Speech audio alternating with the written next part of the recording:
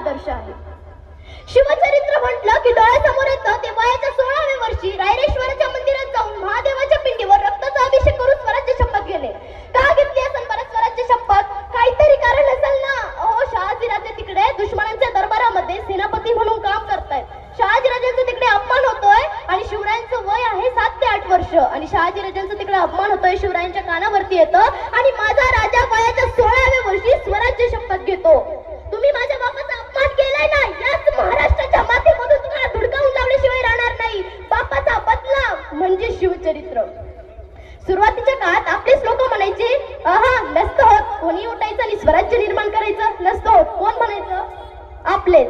हा अनादी अनंत काळापासूनचा नियम आहे. सुरुवातीच्या काळात आपलेच लोक आपल्यालाच विरोध करतात आणि एकदा का कर्तृत्व सिद्ध झालं की मग आपलेच लोक आपल्याच नावावर उड्या मारतात. हे मी नाही, हे शिवचरित्र शिकवतं. धन्यवाद. जय हिंद, जय महाराष्ट्र.